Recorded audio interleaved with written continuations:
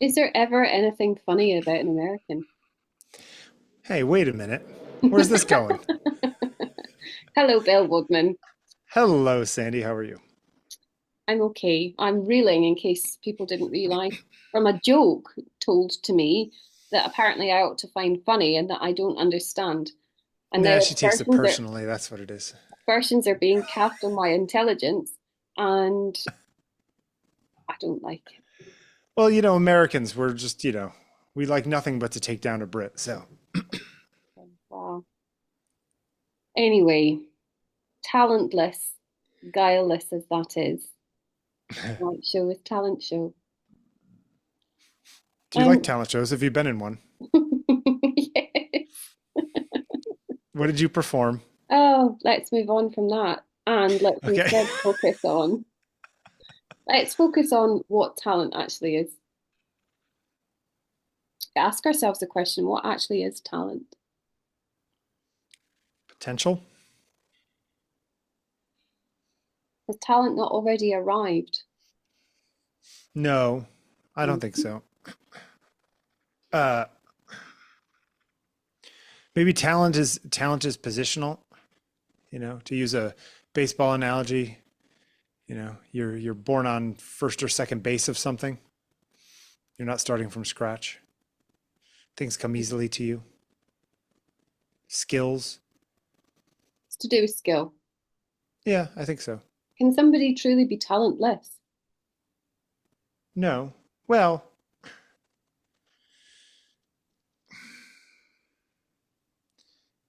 I would like to say no, that they just haven't found their thing. But if they haven't found their thing, then we don't know for sure. So, That's the most woo-woo thing you've ever said.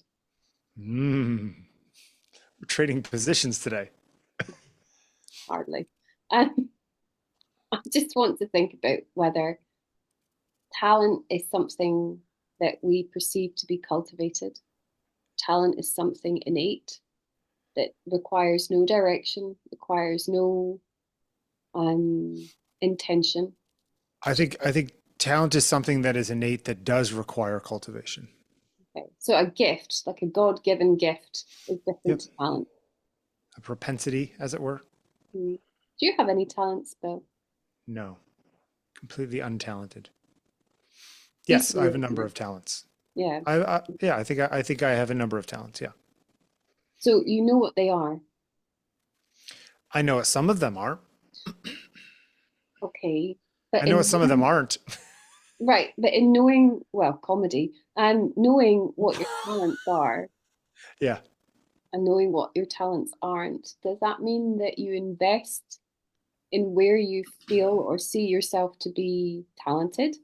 And does it mean then that you let other aspects of life fall away or pass you by? I think that I have invested in the things that I'm talented in. Whether or not those investments have paid off is a big question.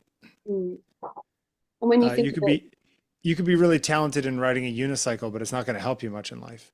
no, I mean, in your case, did you think that the talents you cultivated would help you? I thought that they would. Mostly, I did it because those are the things that come easily to me, and therefore, when things come easily to me, find that I enjoy them more when it's hard. I'm just wondering about the kind of lopsidedness of talent in most of us. Sure. Mm. I mean, I've met, it's also all variable, right? That it's all gradations. I mean, I have met people who are in the things that I think that I'm talented in, people who are literally off the charts talented or abilities that are just off the charts.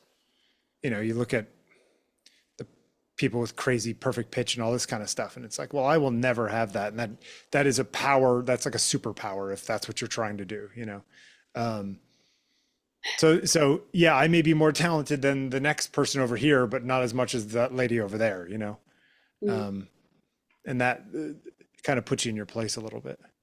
But I wonder if it being easy is such a good thing. I mean, do you find that do you think you're talented at things? Mm. Not especially. Oh, here's one for you. If you were talented about something? Is it something somebody else told you were talented in? You Mm. know, a parent or somebody said like, Sandy, you're really good at drawing or whatever. Well, I was going to come to this actually. I'm wondering how much I've been shaped. And my answer to you was, do I think I'm talented? Not especially, but really what I mean to say is that I don't think I'm talented in any of the obvious things that people might be amazed by. Sure. But I do think I have almost like secret or hidden superpowers, kind of. Whoa. Okay. No, I do. I think there are things that I do really well that are talents, but they're maybe not showy or Sure. they might be things that are actually really important, but don't win the Grand Slam. Yes, I agree. I think So, that they're also sort of meta talents, you know, yes.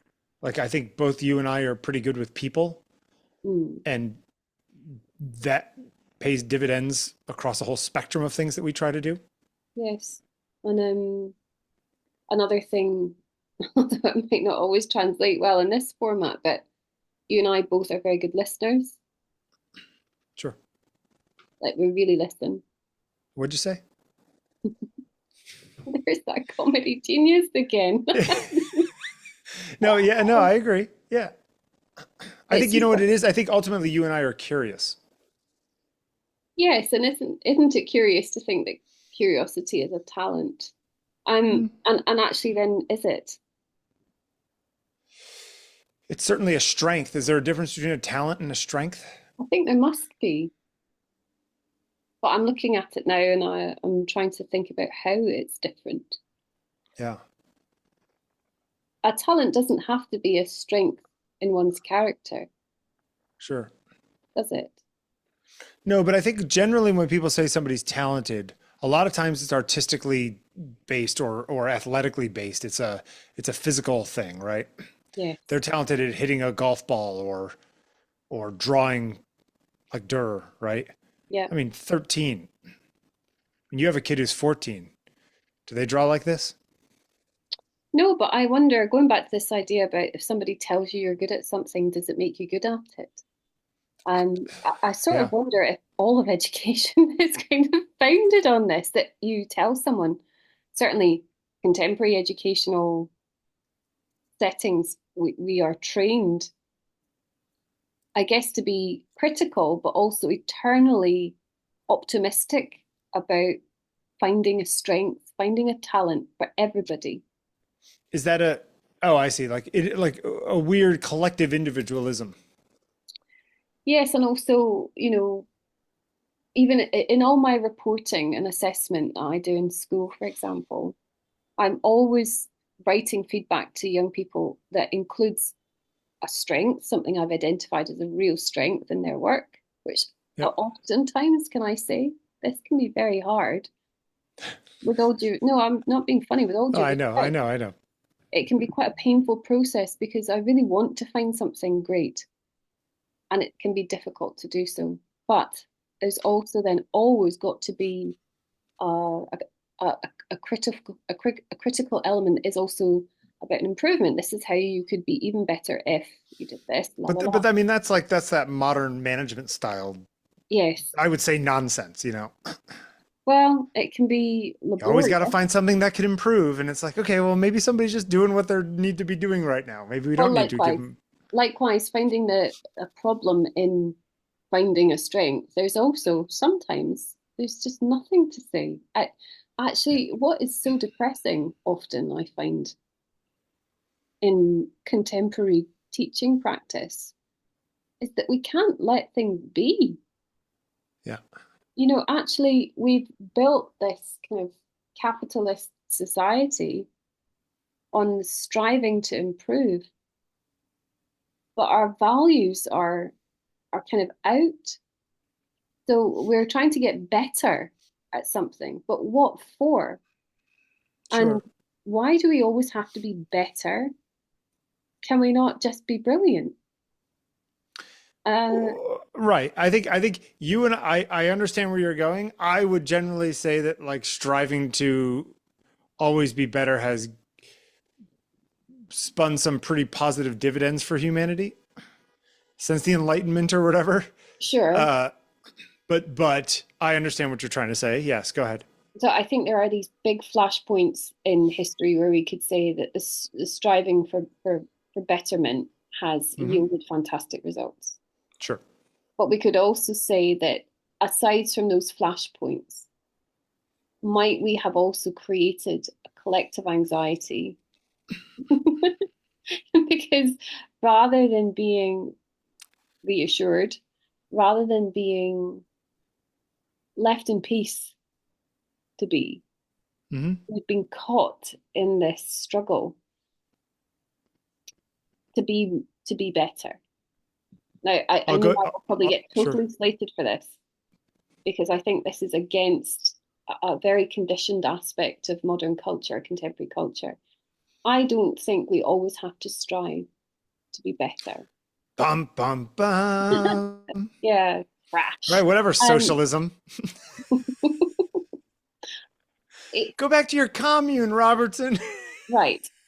I'm just thinking there is so much pressure Sure. in the context of talent, of course. There's pressure to be talented. There's pressure to be talented, and then there's pressure to use one's talents, right? Oh, they were so talented and they never did anything with it, or Oh, yes. there's all of that pressure I'm nonsense, sure right? you have that a lot, and I have that a lot. Oh, mostly to myself, but yes. No, I get it all the time. I get it from all quarters. I get it from my family. I get it from my partner. I get it from some of my colleagues, actually. And it's interesting that sometimes it's used in a kind of insult. It's as an insult, almost like, Or they're trying to be helpful, but it ends up landing like an insult. why are you not more than this? Now, Sure. is there anything more insulting than someone saying to you, for Oh, David, you I get struggle that on all the it? time. I don't You know, understand. Your pictures are so good. You should be like shooting the campaigns for Gucci. It's like, well, okay, well, so what am I supposed to do with that? yeah. I mean, sometimes I've had that terrible death knell moment, which is you're just a teacher.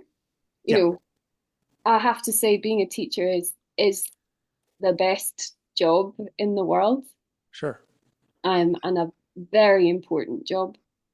Yep. I feel no shame or self-consciousness in admitting that I have a very high esteem for myself in that role and for my colleagues. But I what think did they want you to be? The people who knew you 20 years ago. it's people now as well. Oh, I should have been a writer. I should have been on TV presenting. No one would Sure. take me on TV to present anything. I'd wander off or float off the surface of the earth finally. I Yeah, you just, could be like Kunk on Earth. Philomena Kunk. It's a BBC thing. Anyway, go ahead. um, or you could have been a whatever. Could have been a painter. Could have been a Sure. sculptor. Could have been an actress. Why aren't you an actress?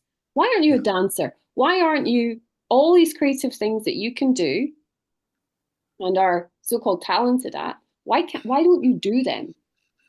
The irony is that actually I do all these things.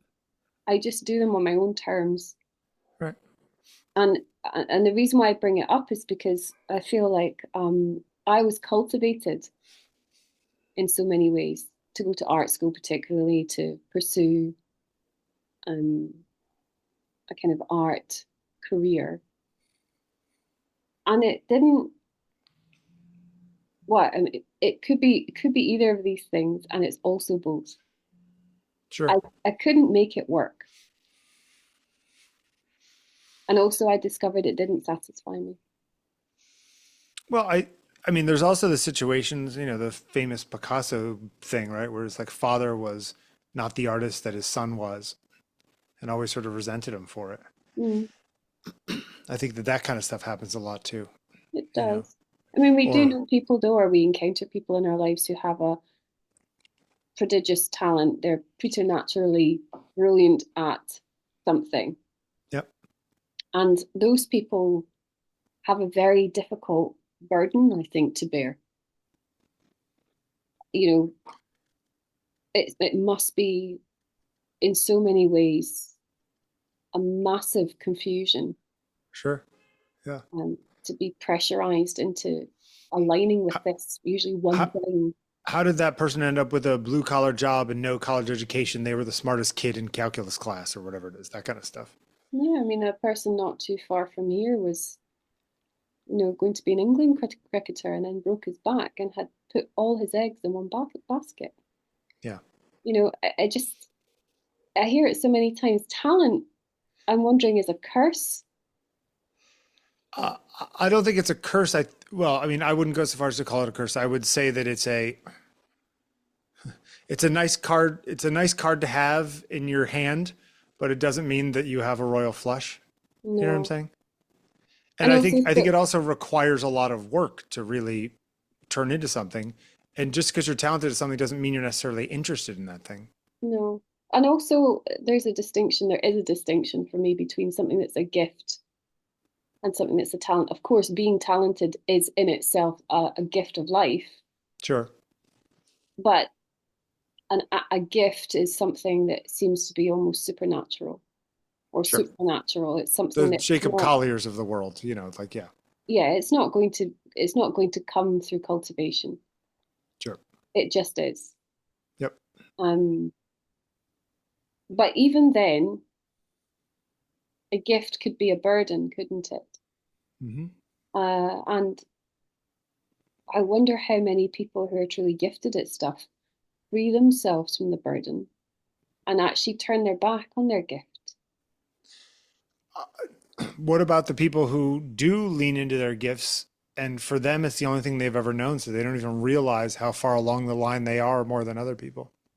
Well, yes, Like but it's also, all relative. It's like, you become a millionaire and you look at the billionaires and you're just like, well, I may be a millionaire, but like that, I mean, I'm just saying like as a measurement thing, just like, yeah, I can play piano amazingly. but this is all in measurement, and that Yes. Yeah. is really very depressing. Yeah. It's realistic, But it's about comparison, right? And that's where you and don't like about the competition. yes, the comparisons are odious, aren't they? Can be, yes. They leave us in a very difficult situation where we have a power struggle with others, and it separates us from each other. So you're saying we should stop trying to get 13-year-old Durers to draw themselves well? I think the key there is trying to get. I think if someone is doing, is being, is breathing the thing they're compelled to do, that's very different through hothousing, coaching, or um, What what I see a lot of very clever young people that they're taken and they are hothoused or they are, yeah, hothoused to be Yeah, you can ice skate. great Let's at try to it. get you in the Olympics. And it's like, whoa, whoa, whoa, slow down. Yeah, I also Do you ever know, find that with people that you students or say or viewers or young people that you meet who maybe are good at the same things that you were considered good at, that you feel like if you try to help them find their success, you will somehow beat a demon inside of yourself. You know what I'm saying? Like, the father who gets their son to play football because they never won the championship, so they push their kid to do it, that kind of thing. no, I mean, I can joke about vicarious living, but Yeah. really, I think uh, um, I did have to come to terms with this in my early career in teaching Hmm. because, like I say, I was meant to be myself, something that's so apparently greater than what Hmm. I am. And I realized as I grew up and matured that that was a horribly corrosive and self-demeaning way to think about my life. So I stopped. I Yeah. stopped thinking in that way. It served me much better. Do you And ever get glimpses of that coming back? um, more what I wanted to say is that, Okay. you know, working with young people and giving away all your ideas, you literally are hemorrhaging ideas Sure. all the time. And they're very good ideas often. Yeah.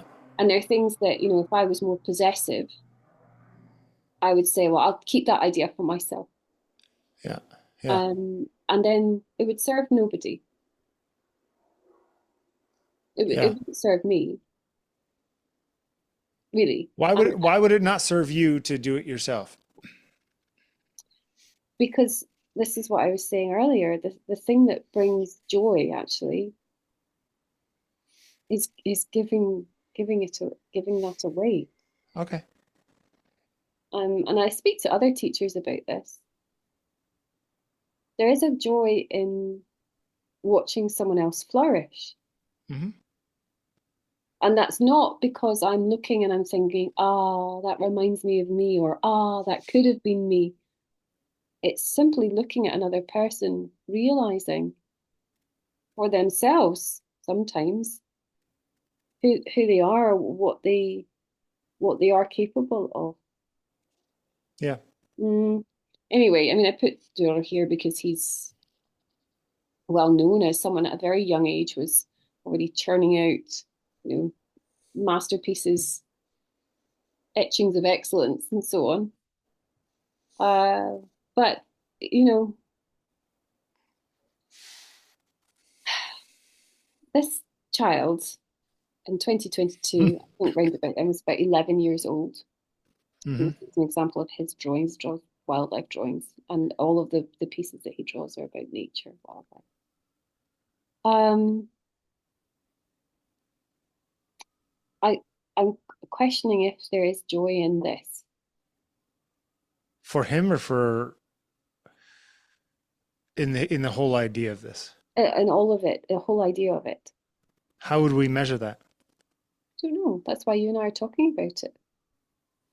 We're just wondering about it. I mean, if it is, if you asked him, assuming he says yes, I love drawing, would that be your answer, or do you buy it from someone so young? Um, I think often about Stephen Wiltshire, you know, the savant artist who flies over Tokyo once in a helicopter and comes back and draws the whole Oh thing. yeah, yeah, yeah, yeah, yeah. Um, and I'm thinking about the the way he is compelled to draw stuff. Hmm. Like it's just the same to him as almost like breathing, Yeah. and wondering then if there's any spark in it. Is that compulsion joy, or is that just compulsion? Yes, Yeah. and we can look on and ooh and ah and think it's an amazing gift, talent. Hmm. Uh, but unless the person doing the thing, I actually don't know if this is true for Stephen Wiltshire, so I don't want to speak out of turn about him, but he's just an interesting artist to look at for this, and this young person as well. If there's not a realization of one's own happiness in doing something, is there much value in it? Yeah, but I mean, you back up away from even any of the art stuff. I mean, that's a question for modern society, right, or society in Right. general. Right. Uh, I mean, in some ways, the microcosm of, you know, to some extent, we can take out. Society is not clamoring for the art that artists make most of the time. They may accept it, they may pay somebody for it, but like, you know, I always feel like it's separated from society in some weird way. Mm. Um, that people who make stuff generally are making stuff because they like making stuff, and if they happen to be able to live on making the stuff, that's great. But they're still going to do it anyway. A lot of the times, Mm. um, which makes it like a purer measure in some ways. Yeah. Um, Bill, what do you think your main talent is in life? I'm beginning to think it's people. I had a conversation about this recently, and the person was just like, I don't even know if you like photography. I'm like, I don't know if I like photography either, because I don't take pictures of buildings and sunsets and bugs. Hang on, I what's take the pictures problem of with people. taking pictures of buildings? Is it just that you particularly It want doesn't to interest point me at out? all. Yes, You okay. know, it's like, that's not, Your talent it's like, lies in something you love. Yeah, I mean, it's this it's speaking to people and connecting with people that I love. I just happen to have a camera in my hands when I'm doing it. So whether that's talking to you or talking to the subject I photographed this morning, or, if I was a therapist, I'd probably get the same something out of it. Um, I think I like those conversations, those connections with people. Mm. The camera is just an excuse to do it. And in the process of doing it for almost 20 years, I've gotten good at it. But that's almost by chance rather than by direction. So that's really where I want us to kind of come to our close, is that, where does talent sit in the timeline of you being what you are? I think talent can often be misinterpreted. So what you think you're talented at when you're young is not necessarily what you end up being talented when you get older. I'm finding that. But Um, also, going back to something I think you mentioned earlier, did you get good at something because someone said you were talented at it? Did you choose sure. it because you I, had I that? I went to school for something because people told me I was talented at it. Mm. Yes, me And too. I mean, I think I have a certain aptitude for music, but when you go to a place where the best musicians in the world are all in the same place and you sit there and you go, "Uh, if I'm talented, what the hell are these people? These people are superheroes, or maybe I've misjudged my talent because I'm not in the same league as those people." And then, you kind of wonder whether the people when you were younger were lying to you the whole time. Um, Or why the hell were they good judges of it? They're not the ones who were talented in that.